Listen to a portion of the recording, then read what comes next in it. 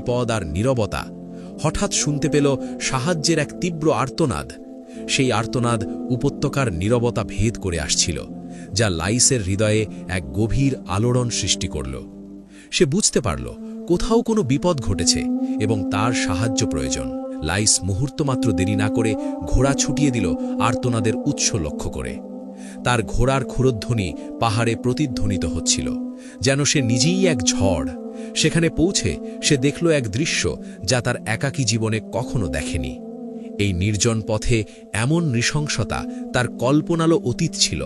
নেকড়ের চামড়া পরা একদল ডাকাত তাদের হিংস্র চোখ আর ধারালো অস্ত্র নিয়ে ঘিরে ধরেছে একটি ছোট বাণিজ্য কাফেলাকে।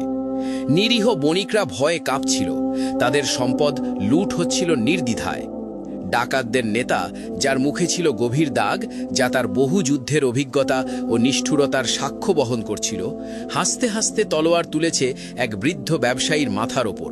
সেই হাসি ছিল পৈশাচিক, যা কেবল ধ্বংস আর মৃত্যুর ইঙ্গিত দিত। এই প্রথমবার লাইসের রক্তে জ্বলে উঠল ক্রোধের আগ্নেয়গিরি। তার শিরায় শিরায় যেন আগুন বইতে শুরু করল।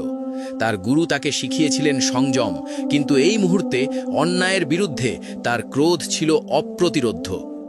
এক মুহূর্তও দেরি করল না সে। খাপ থেকে বের করল তার উল্কাপিণ্ডের তলোয়ার এবং ছেড়ে দিল এমন এক গর্জন যা পাহাড়ে প্রতিধ্বনিত হল, যেন এক সিংহের হুঙ্কার।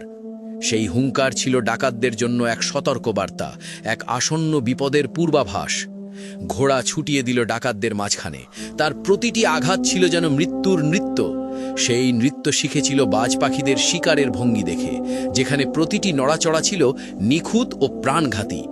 তার তলোয়ারের প্রতিটি ঝলকানি ছিল বিজলির মতো দ্রুত। ডাকাতরা হতভম্ব হয়ে গিয়েছিল এই অপ্রত্যাশিত আক্রমণের মুখে। মুহূর্তের মধ্যে ডাকাত দল ছিন্ন ভিন্ন হয়ে গেল। কেউ লুটিয়ে পড়ল ধুলোয়, কেউ ভয়ে পালিয়ে গেল প্রাণ বাঁচাতে। তাদের